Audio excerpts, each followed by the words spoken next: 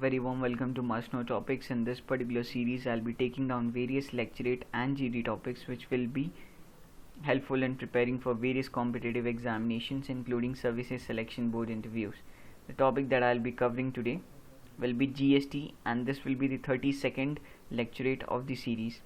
I'll be covering this particular topic in 5 subdivisions, that is introduction part, advantages, tax slabs, items on which GST is not applicable, and conclusion.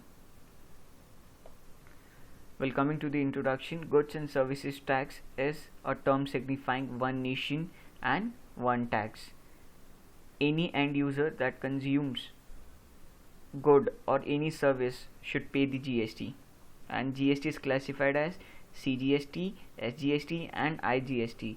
CGST stands for Central Goods and Services Tax, SGST for State Goods and Services Tax, IGST Integrated Goods and Services Tax. Now GST can be divided as intrastate and interstate. Intrastate consists of CGST and SGST, whereas interstate consists of IGST. Well, the trader has to maintain the following accounts apart from accounts like purchase, sales, stock, cash, etc., like input CGST account, output CGST account, input SGST account, output SGST account, input IGST account, output IGST account, and finally the electronic cash ledger, which is online GST portal to pay the GST. Well, there are many advantages of the same. For example, it will replace all major indirect taxes. It will add 2% to the GDP, that is gross domestic product, that will finally help in improving the economy. Moreover, it will reduce the black money. It will remove the cascading effect. Now basically cascading effect is tax on tax. Now for example, if I am a manufacturer and if I am producing some good, I will charge excise duty on it. Later on I will be selling it to the wholesaler, which wholesaler who also will be charging VAT, that is value added tax, and this will be a tax on tax, and that is called as cascading effect.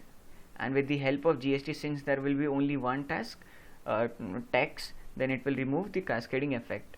Moreover, tracking of transaction will be easy since there is only one tax which has to be checked. There will be one India, one market. Moreover, ease of doing business will also be promoted. Now for example, a person has to file for income tax return, then value added tax return, then excise duty return separately before the implementation of GST. Now only one tax has to be filed, that is for GST, and this makes it very simpler. Coming to the tax slabs, where 5% is for commonly used items, 12% is for standard items, 18% standard items, and 28% for luxury items. So these are the 4 slabs: 5, 12, 18 and 28%. Items on which GST is not applicable: alcohol, tobacco, petroleum products, electricity bill.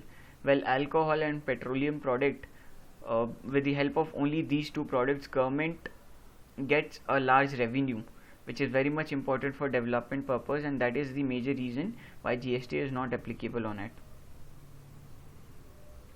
Coming to the conclusion part, well, we have seen that since ease of doing business will be promoted, moreover transactions tracking will be easy, the cascading effect is removed, even it will reduce the black money, and since it is already applicable from 1 July 2017, it has already replaced major indirect taxes, and thus it is very much helpful. And moreover, the GST collection is divided between the states, different states, by the center. And moreover, for example, if we consider this 5%, it is only for 5% is only for some commonly used item, and essential items such as grains, cereals, all these have 0% GST on it. So I hope this topic would have been useful in your preparations. In case you like this video, do hit the like button and subscribe the channel. Thank you.